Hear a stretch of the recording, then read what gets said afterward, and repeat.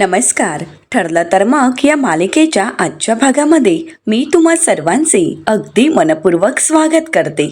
आजच्या भागामध्ये आपल्याला पाहायला मिळतं की चैतन्य आता सुरेशच्या वस्तीपर्यंत पोहोचलेला असतो. अर्जुनचा व्हिडिओ कॉल तर सुरूच असतो. आता सुरेश कुठे आहे हे तिथे असणाऱ्या काही माणसांना चैतन्य विचारतो की सुरेश कदम कुठे राहतात माहीत आहे का तुम्हाला? तर ती माणसं म्हणतात की हो, इथे जे 2 कॉन्स्टेबल उभे आहेत ना, तेच सुरेश कदमचं घर आहे. तर आता चैतन्य पाहतो तर तिथे पोलिसांचा पहारा असतो. चैतन्य अर्जुनला म्हणतो, अर्जुन, सुरेश कदमच्या घराबाहेर 2 कॉन्स्टेबल आहेत, पोलिसांचा पहारा आहे. अर्जुन म्हणतो, काही हरकत नाही, तू तिथे जायचं आहे आणि मला फक्त सुरेश कदम कोण आहे हे दाखवायचं आहे. तो कोण आहे हे मला चांगलंच माहीत आहे, परंतु तुला माहीत नाही आहे, त्यामुळे तू फक्त त्याला दाखवायचं आहे. तू त्याचा मित्र म्हणून तिथे जायचं आहे. तू जा तिथे, मला फक्त बघू दे तो कोण आहे.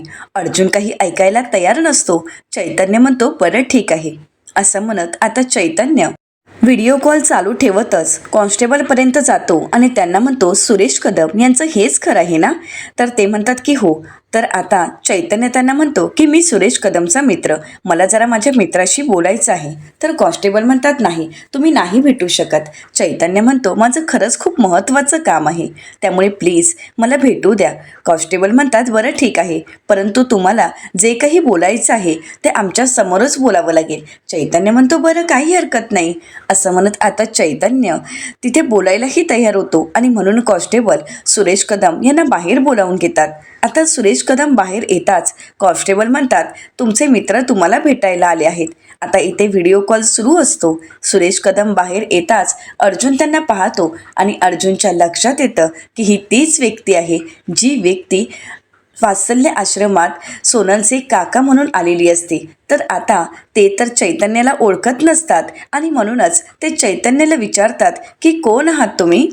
तर त्यावेळी चैतन्य म्हणतो, तुम्ही कोण आहात? त्यावेळी ते म्हणतात, मी तर सुरेश कदम. तर चैतन्य म्हणतो, सॉरी, मला सुरेश नांगरे पाहिजे होता, सॉरी, माझाच काहीतरी गैरसमज झाला.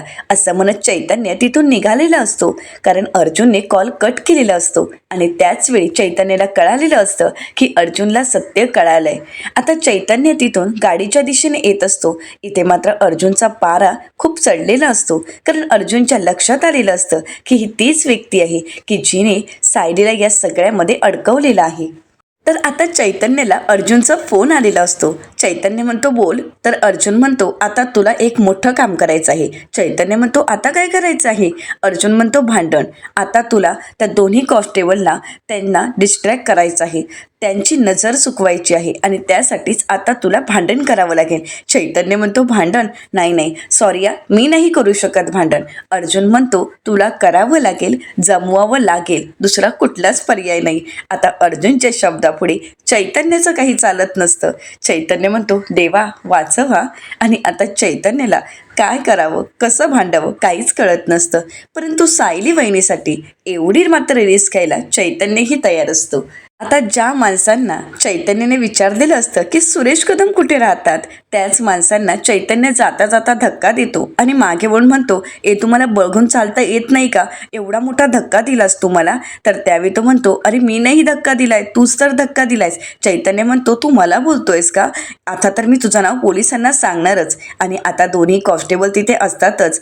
चैतन्य मोठमोठ्याने वाद घालायला सुरू करतो, तसे कॉन्स्टेबल त्या ठिकाणी येतात आणि भांडण सोडवण्याचा प्रयत्न करत असतात. आणि त्याच वेळी ती संधी साधत अर्जुन सुरेश कदम यांच्या घराजवळ आलेला असतो. दरवाजा ठोठावतो. सुरेश कदम दरवाजा उघडतात. अर्जुन सुरेश कदम यांचं तोंड बंद करत, घराचा दरवाजा बंद करत त्यांच्या घरात गेलेला असतो. अर्जुन आता त्यांना म्हणतो, आवाज काढायचा नाही, कारण इथे तुम्हाला वाचवायला आता कोणीही येणार नाही.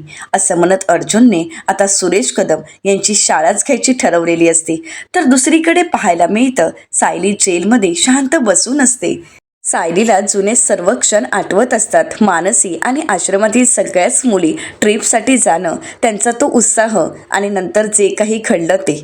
आता चैतन्याला आलेला इन्स्पेक्टर सावंत यांचा फोन, कारण इन्स्पेक्टर सावंत यांना मधुभाऊ यांनी फोन केलेला असतो आणि जे काही प्रकार घडलेत ते सगळे काही त्यांनी सांगितलेले असतात. आणि त्यावेळी मात्र सायलीला धक्का बसतो.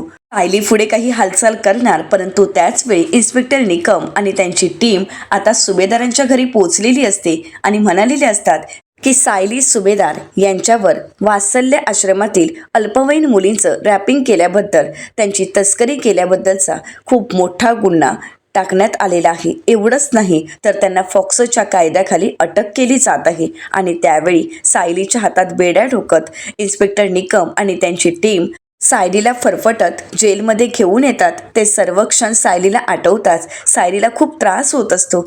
आत्तापर्यंत सायलीने कधीच कोणाला त्रास दिलेला नसतो, परंतु आता मात्र सायलीला होणारा त्रास, सायलीला या सगळ्या गोष्टीची जाणीवही नसते की नक्की काय सुरू आहे. आणि त्यावेळी मीडियाने विचारलेले ते उलटसुलट प्रश्न, वात्सल्य आश्रमाचा तुम्ही असा वापर केलात का? तुम्ही सुद्धा आई होणार आहात आणि तरीसुद्धा तुम्ही लहान मुलींच्या आयुष्याशी खेळलात. या सगळ्यामध्ये मधुभाऊ सुद्धा सामील होते का? तुम्ही तर आई या शब्दाला काळिंबा फासला आहात, असं म्हणत सर्वच जण प्रश्न विचारत असतात. सायलीकडे मात्र कुठल्याच प्रश्नाची उत्तरं नसतात, कारण सायलीने हे काही केलेलंच नसतं. तर त्यानंतर ज्यावेळी पोलिसांच्या गाडीत सायलीला बसवलं जातं त्यावेळी अर्जुन सायलीला आधार देत असतो. बायको, तू काळजी करू नकोस, मी आहे तुझ्यासोबत, मी तुला काहीही होऊ देणार नाही. सायलीला या सगळ्या गोष्टींचा विचार करून खूप त्रास होऊ लागतो. अगोदरच असणारी 2 जीवांची सायली आता या सगळ्यात तिची खुसमट होत असते. सायली आवाज देत म्हणते, ताई पाणी द्या, ताई मला प्लीज पाणी द्या. आणि तिथे सायलीला मिळालेल्या कॉन्स्टेबलही खरंच खूप चांगले असतात. त्या सायलीला म्हणतात, सायली बाळा काय होतंय तुला? सायलीला सावरतात आणि साळवे यांना आवाज देत म्हणतात, साळवे प्लीज लवकर पाणी घेऊन या. आणि सायलीला शांत बसवतात.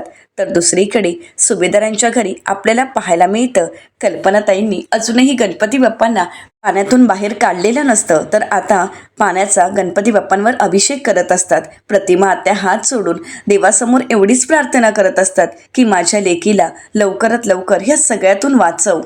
तर इकडे कल्पनाताई अभिषेक करत असताना त्यांच्या हातातून तांब्या आणि पळी खाली पडते. तर त्यावेळी प्रतिमा आत्या ती लगेच उचलून ठेवतात, परंतु कल्पनाताई मात्र घाबरून गेलेल्या असतात. कल्पनाताई लगेच प्रतापराव, अस्मिता, अश्विन या सर्वांनाच आवाज देतात. अस्मिता म्हणते, मम्मा अगं काय झालंय? अस्मिता म्हणू लागते, अरे आत्ताच माझ्या हातातून पळी आणि तांब्या खाली पडलाय. अहो सायलीला माझ्या काही होणार तर नाही ना? माझी सायली सुखरूप तर असेल ना? हा कसला संकेत आहे? तर अश्विन समजावत म्हणतो, मम्मा अगं संकेत वगैरे असं काहीही नसतं. तर अस्मिता म्हणते, पण काळजी करायची काही जाणार आहे का? काळजीही तर लागणारच आहे ना, कारण सायली आज ज्या अवस्थेत आहे आणि ज्या अवस्थेत तिला हे सगळं काही सहन करावं लागतंय, या सगळ्याचा विचारही करवत नाहीये. सायलीची काळजी वाटते. सर्वांना सायलीची काळजी वाटत असते. सर्वजण देवी आईसमोर हात जोडत सायलीसाठी प्रार्थना करत असतात. तर दुसरीकडे अर्जुन आता सुरेश कदम यांच्या सनसनीत कानाखाली मारतो आणि म्हणू लागतो, बोल, हे सगळं काही तुला कोणी करायला सांगितलंय? हे सगळं तू कोणाच्या सांगण्यावरून करतोयस? तू हे कोणासाठी करतोयस मला पटकन सांग. तर त्यावेळी सुरेश कदम म्हणतो की हे सगळं काही तुमच्या बायकोच्याच सांगण्यावरून करतोय. मी तर तुमच्या बायकोसाठीच काम करतोय, पण तुमच्या बायकोने तर माझे पैसेच दिले नाहीयेत आणि आता पैसे द्यायला नकार देते. आता मात्र अर्जुन दुसरं कानाखाली मारतो आणि म्हणू लागतो, खोटं बोलतोयस का? माझी बायको आणि हे असं काहीतरी? तर सुरेश कदम म्हणतो की हो, तुम्हाला माहीत नाहीये, अहो पैसे मिळवण्यासाठी हे सगळं काही तुमच्या बायकोनेच रॅकेट चालवलं होतं, मी फक्त तिच्यासाठी काम करत होतो. आता मात्र अर्जुन खूप चिडतो आणि सुरेश कदम यांना असा काय धूध होतो की आता मात्र सुरेश कदम खरं बोलतील असं अर्जुनला वाटत असतं. परंतु सुरेश कदम इतका मार खाऊनही काही खरं बोलायला तयार नसतो. सुरेश कदम म्हणतो, अहो मी खरंच सांगतोय, मी तुम्हाला फोटो दाखवतो म्हणजे तुमचा विश्वास बसेल. असं म्हणत सुरेश कदम सायलीच्या आणि त्याच्या भेटीचे फोटो दाखवतो आणि म्हणू लागतो, हे बघा, तुमची बायको मला भेटायला यायची आणि तीच तर मला हे सगळं काही करायला सांगायची, तिच्या सांगण्यावरूनच तर मी केला आहे.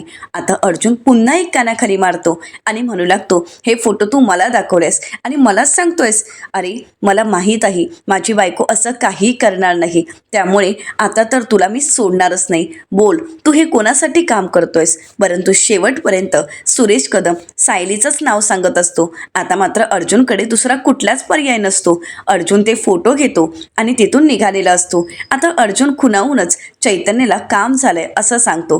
तर चैतन्य इकडे भांडत म्हणतो की माझं पॉकेट कुठे गेले मला नाही माहीत, ह्या लोकांनीच घेतलं आहे. तर त्यावेळी सर्वजण इकडे तिकडे शोधू लागतात. चैतन्य लगेच खाली पडलेलं पॉकेट घेतो आणि म्हणू लागतो सॉरी सॉरी, माझं वॉलेट इथेच पडलं होतं, सॉरी या, असं म्हणत आता चैतन्य ते वॉलेट उचलतो, सगळ्यांची माफी मागतो आणि तिथून निघालेला असतो. तर सुरेश कदम मोठमोठ्याने दरवाजा वाजवत असतात. आणि त्यावेळी कॉन्स्टेबल त्या ठिकाणी येतात आणि दरवाजा उघडतात. सुरेश कदम विचारतो की कुठे गेला होता तुम्ही? कॉन्स्टेबल म्हणतात आम्ही तर इथेच आहोत.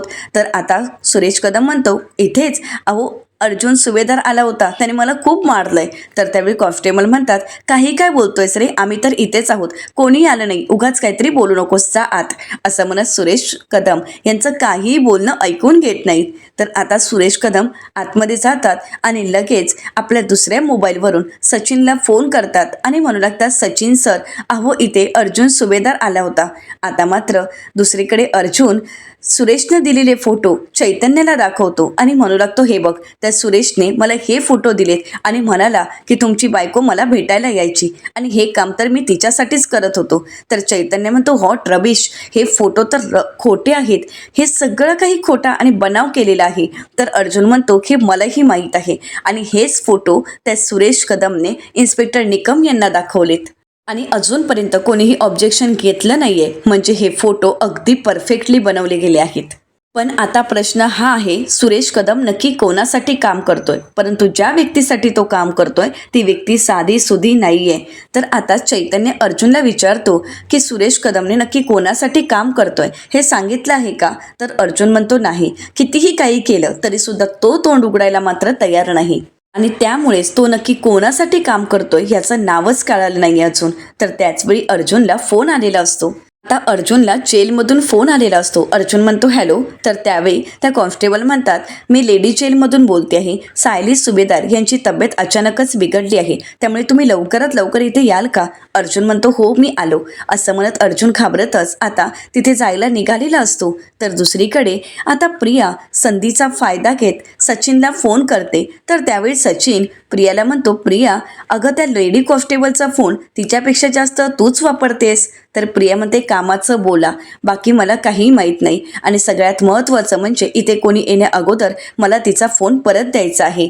तर नागराज प्रियाला म्हणतो की त्या सुरेशचा कॉल आला होता, तो सांगत होता की अर्जुन त्याच्या घरापर्यंत पोहोचला. मला तरी असं वाटते की त्या इन्स्पेक्टर सावंतनेच अर्जुनला मदत केली असणार. अर्जुन त्याच्या घरात गेला आणि राडा घातलाय म्हणे. आता मात्र हे ऐकून प्रियाला धक्काच बसतो.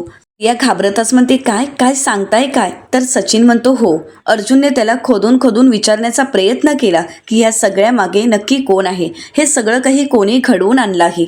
प्रिया घाबरतच सचिनला म्हणते मग तो सुरेश काय म्हणाला, त्याने आपलं नाव तर घेतलं नाही ना? तर सचिन म्हणतो नाही, असं काहीही घडलेलं नाहीये, कारण आपण त्याच्या घशात इतके पैसे कोंबले आहेत त्यामुळे त्याने तोंड उघडलंच नाही. तर प्रिया म्हणते नशीब माझं, पण हो तुम्ही सगळ्यांनी अर्जुनवर लक्ष ठेवा, तो अर्जुन कधीही काही करू शकतो. आणि अरे सचिन, तू तर म्हणाला होतास ना की एकदा का त्या सुरेशने पोलिसांना स्टेटमेंट दिलं की तो अंडरग्राऊंड होईल, मग त्याचं काय झालं? तर सचिन म्हणतो हो मी तसं त्याला सांगितलं होतं, परंतु तो गायब होण्या अगोदरच अर्जुनने त्याला गाठलं. अर्जुन कंप्लीट बिथरला आहे, तो कुठल्याही क्षणी कोणतीही रिस्क घेऊ शकतो, कारण एवढा पोलीस बंदोबस्त असून सुद्धा त्याने सुरेशच्या घरात जाण्याची रिस्क घेतली. एक गोष्ट मात्र नक्की की त्याच्या हाती काहीच लागलेलं नाही, चांगला सैरबैर झालाय तो. तर त्यावेळी राकेश म्हणतो अरे पण तो सुरेश खरंच छान ॲक्टिंग करतो आणि म्हणूनच त्याने आपण बनवलेले ते फोटो अर्जुनला दाखवले आणि ते फोटो पाहून अर्जुनच्या पायाखालची जमीन नक्कीच सरकली असणार. आता प्रिया कौतुक करत म्हणते काही म्हणा हा, परंतु सायली आणि त्या सुरेशचे फोटो म्हणजे मास्टर स्ट्रोक होता. खरंच एकापेक्षा एक फोटो आहेत ते. नागराज काका तुम्ही छान प्लॅन घडवून आणलात, त्यासाठी थँक्यू बरं का, असं म्हणत प्रिया नागराजचे आभार मानते. तुम्हाला जर हे आयत्या वेळी सुचलं नसतं ना तर हे सायलीवरचे आरोप सिद्ध करणं खूप कठीण झालं असतं, परंतु आता तुम्ही जे फोटो तयार केलेत त्यावरून आता सगळ्यांना पटलं असणार की हो सायली सुरेशला त्या जागेवर भेटायला जायची. नागराज म्हणतो, खरं तर ती दादाच्या मालकीची जागा आहे. ती जागा मला हवी होती, पण दादाने मला दिली नाही. पण आता मात्र त्या जागेचा मला योग्य उपयोग करता आला. तुम्ही ज्यावेळी हा प्लॅन डिस्कस करत होता त्यावेळेस मला सुचलं होतं की हीच जागा योग्य आहे, ज्या जागेवरून आपण सायलीला अडकवू शकतो आणि त्यामुळे सायलीवरचे हे आरोप सिद्धही होऊ शकतात. मी त्या जागेवर अधूनमधून जायचो आणि म्हणूनच त्या जागेची माझ्याकडे डुप्लिकेट किल्ली होती आणि तोच तर आपल्यासाठी बोनस ठरला. तर प्रिया, सचिन सर्वच जण खुश असतात. सचिन म्हणू लागतो, बिचारी सायली कधीच त्या जागेवर गेली नव्हती, कधीच तिने ती जागा पाहिलीही नव्हती आणि तरीसुद्धा हे सगळं बिल आता तिच्यावरच फाडलं जातंय. तर राकेश म्हणतो, नाही पण खरंच खूप बरं चाललंय. जर प्रॉपर्टी पेपरवर तिने सही केली नसती तर हे सगळं काही घडलंच नसतं. कसं आहे ना, लायकी नसताना फुकट अशी मिळालेली बापाची प्रॉपर्टी, मग असे हे सगळे प्रॉब्लेम मागे लागणारच ना. तर आता राकेशचा हा आनंद पाहताच नागराज राकेशला म्हणतो, सायली तुरुंगात गेल्यापासून तुला फार गुदगुल्या होत आहेत रे राकेश. राकेश म्हणतो, होणारच ना, मला तर खूप आनंदच झाला आहे. आणि पप्पा, त्या सायली अर्जुनने मिळून तुम्हाला जेलमध्ये टाकलंय ही गोष्ट मात्र तुम्ही विसरू नका. तर प्रिया म्हणते, 1 मिनिट, परंतु इथे पोलीस स्टेशनला जो निनावी फोन आला होता त्या जागेबद्दल, त्यासाठी तुम्ही कोणाला घेतलं होतं? तर त्यावेळी सचिन म्हणतो, तुझ्यासाठी जी काम करते ना लेडी कॉन्स्टेबल, तिच्याच नवऱ्याला आपण खबरी बनवलं होतं. तिचे पैसे डबल केलेत आणि तिचा नवरा लगेच या कामाला लागला. तर प्रिया खुश होत म्हणते, अरे वा, कमाल आहे हा. अशीच आपली टीम मोठी मोठी होत राहू देत. आता ते अर्जुन सायली फक्त चिखलात असणार आहेत. आपल्यासोबत त्यांनी जे जे काही केलंय ना त्या सगळ्याचं उत्तर त्यांना आता मिळणार आहे. आता अर्जुन सायली तडफडत असतील, आपल्याकडे दयेची भीक मागतील, पण आपण फक्त हसत राहायचं. असं म्हणत प्रिया, सचिन, राकेश, नागराज सगळेच जण या गोष्टीचा आनंद व्यक्त करत असतात. ते सगळेच जण खूप खुश असतात. तर आता प्रिया सगळ्यांच्या नकळतच पुन्हा एकदा कॉन्स्टेबल मॅडमचा मोबाईल त्यांना देऊन टाकते. तर दुसरीकडे सायलीला चेक करण्यासाठी डॉक्टर आलेले असतात. डॉक्टर सायलीला चेक करतात आणि त्यानंतर कॉन्स्टेबल आशाताई यांना म्हणतात, आशाताई, आता सायली यांना जरा नारळ पाणी आणून द्या. त्यांची तब्येत खूप नाजूक आहे. या अवस्थेत त्यांची काळजी घेणं खूप गरजेचं आहे. तर त्याचवेळी अर्जुन त्या ठिकाणी आलेला असतो. अर्जुन म्हणतो, डॉक्टर, कशी आहे सायली? ती आता ठीक आहे ना? आपण तिला हॉस्पिटलला शिफ्ट करूयात का? तर डॉक्टर म्हणतात, नाही, त्याची काही गरज नाही. अर्जुन म्हणतो, मी तिचा नवरा आहे, वकील सुद्धा आहे, हवं तर मी स्पेशल परमिशन काढतो. तर आता डॉक्टर मॅडम म्हणतात, अहो, मी तुम्हाला ओळखते, परंतु तुम्ही काळजी करू नका. आता सायली मॅडम खरंच ठीक आहेत.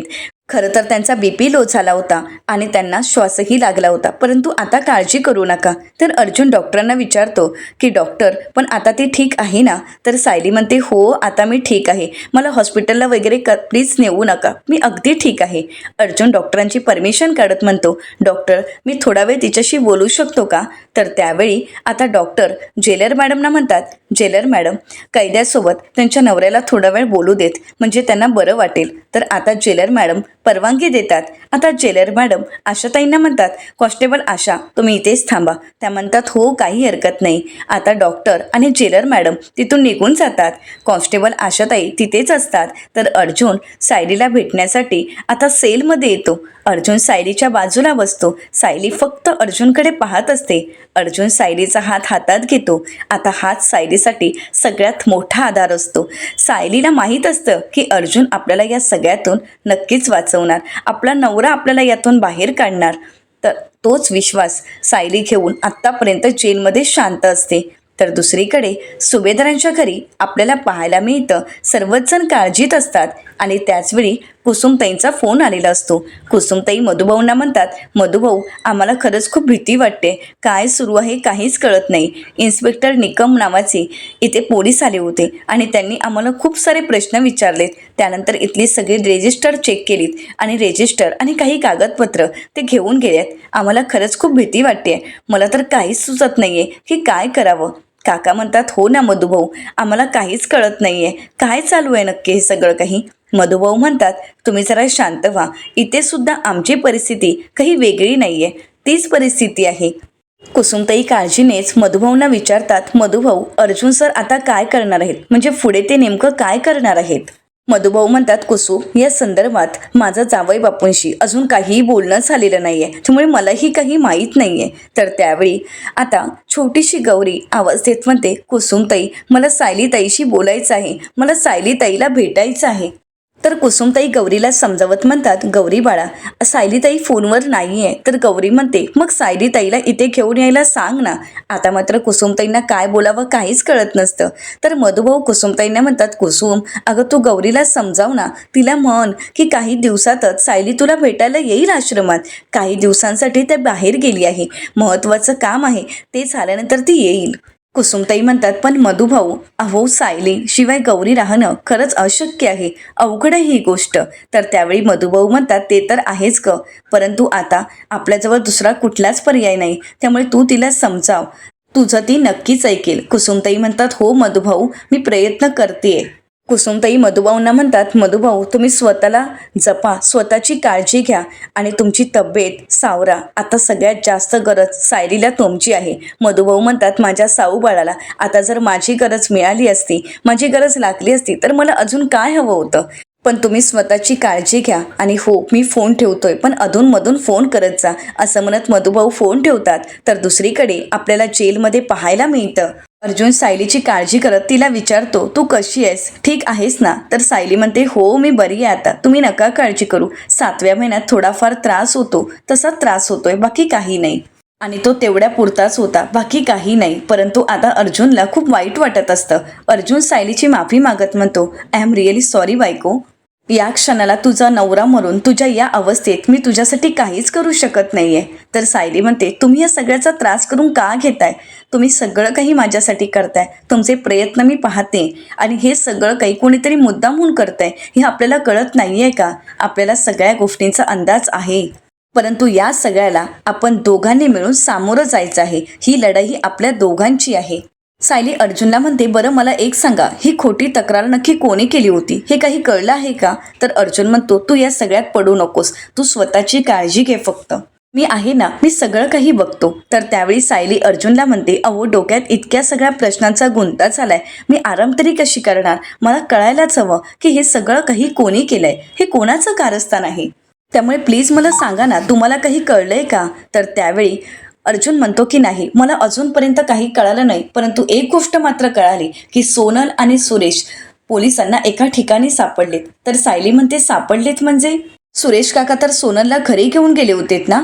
तर अर्जुन म्हणतो, नाही, सुरेश हा सोनलचा काकाच नाहीये, ते सगळे पेपर फेक होते. तो सुरेश खोटा काका म्हणूनच आश्रमात आला होता आणि त्याने आपली दिशाभूल केली आहे. तर दुसरीकडे सुभेदारांच्या घरी आपल्याला पाहायला मिळतं, सर्वच जण अर्जुनच्या फोनची वाट पाहत असतात, परंतु अजूनपर्यंत अर्जुनचा फोन आलेला नसतो. कल्पनाताई म्हणतात, अर्जुनचा अजूनपर्यंत फोन कसा नाही आलाय? नाहीतर आपण एक काम करूयात का, आपणच आता जेलमध्ये पोलीस स्टेशनला जाऊया आणि बघूयात की नक्की काय चालू आहे, काय घडलं आहे, आपली सायली कशी आहे. तर प्रतापराव कल्पनाताईंना म्हणतात, कल्पना, आता आपली सायली पोलीस स्टेशनला नसणार आहे. तुला आठवतंय ना की चैतन्य काय म्हणाला आहे? अशा गुन्ह्याखाली ज्यावेळी अटक होते त्यावेळी पोलीस कस्टडी नाही तर थेट मोठ्या जेलमध्ये घेऊन जातात. आता सर्वांना सायलीची काळजी वाटत असते. प्रतिमा आत्या अश्विनला म्हणतात, अश्विन तू आता अर्जुनला फोन कर, खूप उशीर झालाय, अर्जुनचा फोनही आला नाहीये. आता अश्विन अर्जुनला फोन करतो, परंतु अर्जुन काही फोन उचलत नसतो. तर आता कल्पनाताई घाबरतात आणि म्हणू लागतात, म्हणजे नक्कीच काहीतरी भयंकर घडलं असणार. सायली 2 जीवांची आहे, या गोष्टीचा सुद्धा तिथे कोणी विचार करत नसेल. आता सर्वच जण सायलीच्या विचारात असतात आणि त्याच वेळी सचिनची एंट्री झालेली असते. सचिन सुभेदारांच्या घराजवळ आलेला असतो आणि आवाज देत म्हणतो, हॅलो, येऊ का आत? आता मात्र सर्वच जण सचिनला पाहतात आणि सगळ्यांनाच खूप राग आलेला असतो. तर दुसरीकडे अर्जुन सायलीला समजावतो आणि म्हणू लागतो, पण तू या सगळ्याचा विचार करू नकोस, तू काळजी करू नकोस. इन्स्पेक्टर सावंत म्हणाले आहेत की सोनल आता ठीक आहे. पण आता मात्र सायली अर्जुनला विचारते, पण? तर अर्जुन म्हणतो, पण हेच की ती आता ठीक आहे, हेच मला तुला सांगायचं होतं. आता अर्जुन काहीतरी लपवतोय हे सायलीच्या लक्षात येतं. सायली म्हणते, प्लीज मला खरं सांगा. अर्जुन म्हणतो, मी खरंच सांगतोय, ती आता ठीक आहे. तर सायली म्हणते, तुम्हाला शपथ आहे आपल्या बाळाची. आता मात्र अर्जुनला सत्य सांगावंच लागतं. अर्जुन सायलीला म्हणतो, सोनल ज्या ठिकाणी सापडली त्या ठिकाणी सोनलवर अत्याचार झाले होते. आता हे ऐकल्यानंतर सायलीला धक्काच बसतो. तर येणाऱ्या पुढील भागामध्ये आपल्याला पाहायला मिळतं, संपूर्ण सुभेदार कुटुंब सायलीला भेटण्यासाठी जेलमध्ये आलेलं असतं. त्यावेळी अस्मिता प्रियाला म्हणते, जेल हीच तुझी खरी जागा आहे. तर प्रिया म्हणते, मग हाच नियम सायलीला सुद्धा लावून दाखवा ना. तर त्यावेळी मात्र पूर्णाजी चिडतात आणि म्हणू लागतात, सायली निर्दोष आहे आणि आम्ही संपूर्ण एकजुटीने सायली सोबत आहोत. तर प्रियामध्ये पण तिचा गुन्हा तर माझ्यापेक्षा मोठा आहे. पूर्णाची म्हणतात गुन्हा लावला गेला आहे, पण सायलीने कोणताही गुन्हा केला नाही आहे हे आम्हा सगळ्यांना चांगलंच माहीत आहे. आणि म्हणूनच आम्ही सगळे तिच्या पाठीमागे ठामपणे उभे आहोत. आता पूर्णाजींच्या हातात अर्जुन आणि चैतन्याचा हात, तर मधुभाऊंच्या हातात अश्विनचा हात, अस्मिताचा हात, त्यानंतर प्रतापराव, कल्पनाताई आणि प्रतिमा आत्या सगळेजण एकजुटीने एक साखळी करत प्रियाच्या समोर ठामपणे उभे असतात. आता मात्र प्रिया पूर्णपणे बिथरून गेलेली असते. तिची ही 5 जणांची एकजूट आणि ही इथे असणारी एवढी मोठी टीम, याच्या पुढे प्रियाचा काही निभाव लागणार नाही हे प्रियाला चांगलंच माहीत असतं. आता सायली प्रियाला या गोष्टीची जाणीव करून देत म्हणते, प्रिया आमच्यातली एकही भक्कम आहे, त्यामुळे तू आमच्यावर आता कुठलाच आरोप करू शकत नाहीस किंवा आमचा कुठलाच छळ करू शकत नाहीस. आता बघ, विजय हा सत्याचाच होणार. आता विजय आमचाच होणार, माझा आणि माझ्या कुटुंबाचा. आता सायली अर्जुन एकजुटीने या सगळ्यावर कशाप्रकारे मात करतील आणि प्रियाचं ही पितळ कशाप्रकारे उघड पाडतील हे पाहणं अतिशय रंजक ठरणार आहे. मित्रांनो, अशाच मालिकांचे नवनवीन अपडेट पाहण्यासाठी चॅनलला नक्कीच सबस्क्राईब करा. आजचा व्हिडिओ तुम्हाला कसा वाटला हे कमेंट करून नक्कीच कळवा. व्हिडिओ आवडला असेल तर व्हिडिओला लाईक करायलाही विसरू नका. व्हिडिओ पाहिल्याबद्दल तुम्हा सर्वांचे अगदी मनपूर्वक धन्यवाद.